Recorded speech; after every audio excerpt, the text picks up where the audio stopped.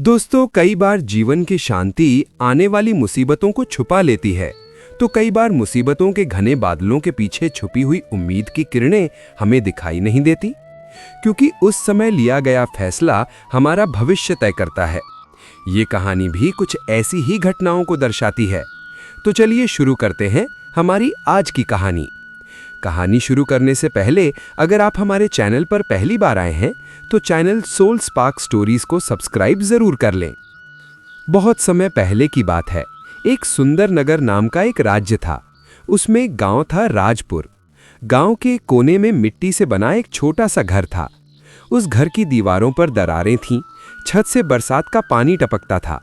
लेकिन उसी घर में एक ऐसा दिल धड़कता था जो सपनों से भरा हुआ था। उस लड़के का नाम था राजू। राजू गरीब था, लेकिन कमजोर नहीं। उसके पास पैसे नहीं थे, पर उसके पास मेहनत करने का हौसला था। हर सुबह सूरज निकलने से पहले राजू अपनी माँ के साथ उठ जाता। राजू की माँ दूसरों के घरों में काम करने जाती और राजू गांव के सेठ के खेतों में मजदूरी करता। राजू को कभी भी पेट भरकर खाना नहीं मिला, कभी फटे कपड़ों में भी स्कूल जाना पड़ा, कभी दोस्तों के ताने भी सुनने पड़े। लेकिन राजू ने कभी शिकायत नहीं की। वो खुद से बस इतना कहता था, आज नहीं तो कल मेरी मेहनत रंग जरूर लाएगी। एक दिन खेत में काम करते हुए राजू की कुदाल किसी सख्त चीज से टकराई। उसने मिट्टी हटाई तो उसे जमीन में दबा हुआ एक पुराना सा थैला मिला। राजू ने जब थैला खोला तो उसकी आंखें खुली की खुली रह गईं। थैले के अंदर सोने के सिक्के थे।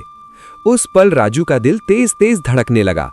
उसके दिमाग में कई ख्याल आने लगे।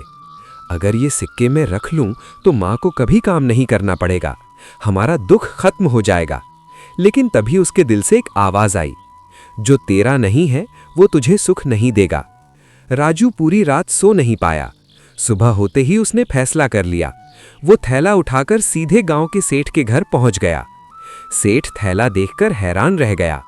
राजू ने कहा, सेठ जी, ये मुझे खेत में मिला था, शायद ये आपका है। सेठ की आंखें भर आईं। वो बोला, बेटा, आज के जमाने में इतनी ईमानदारी बहुत कम देखने को मिलती है। सेठ ने राजू को इनाम देना चाहा, लेकिन राजू ने सिर झुकाकर कहा, मुझे इनाम नहीं, बस ईमानदारी से काम करने का मौका चाहिए। सेठ की कोई संतान नहीं थी। राजू की ईमानदारी और मेहनत देखकर उन्होंने उसे अपने बेटे की तरह मानना शुरू कर दिया। समय बीतता गया। राजू ने मेहनत करना नहीं छोड़ा। सेठ ने भी उसका साथ दिया। सेठ ने राजू को अच्छी शिक्षा दी। राजू ने भी खूब मेहनत से पढ़ाई की और कुछ सालों बाद वही गरीब राजू आज एक सम्मानित इंसान बन चुका था। उसके पास पैसा भी था, इज्जत भी, और सबसे बड़ी बात, उसके मन में सुकून था। आज की ये कहानी हमें सिखाती है कि गलत रास्ता आसान लग सकता है, लेकिन सही रास्ता ही इंसान को असली मंजिल तक पहुंचाता है। बस हमें धैर्य रखकर समय का इंतजार करना होगा। हर मुसीबत के पीछे कोई न कोई मौका अवश्य छुपा होता है, और जो इंसान सब्र करते हुए आगे बढ़ता रहता है, ईश्वर उसके लिए ऐसे दरवाजे खोल देता है जिसके बारे में उसने कभी सोचा नहीं होता। इसलिए जब भी आपको लगे कि समय बहुत ही कठिन है, तो याद रखिएगा कि ईश्वर हमेशा आपके साथ है। राजू की इस जीवन यात्रा में हमने देखा कि हर वो घटना जो पहले मुसीबत दिखाई दे रही थी, लेकिन बाद में वो उसकी ईमानदारी और मेहनत से अवसर में बदल गई। वो हम सब के लिए एक शिक्षा है। ईश्वर की हर बात के पीछे कोई ना कोई भेद अवश्य होता है। ये सिर्फ कहने की बात नहीं है, बल्कि जीवन जीने का एक सही तरीका है। तो दोस्तों, मुझे पूरी उम्मीद है कि ये कहानी आपको बहुत ही पसंद आई होगी। मैं इसी तरह की बेहतरीन कहानियां आपके लिए लेकर आता रहूंगा। तो वीडियो को लाइक कीजिए, चैनल को सब्सक्राइब कर लीजिए और अपने अच्छे अच्छे कमेंट करना बिल्कुल मत भूलिएगा। कमेंट बॉक्स में अपने नाम के साथ अपने शहर का नाम भी लिखें।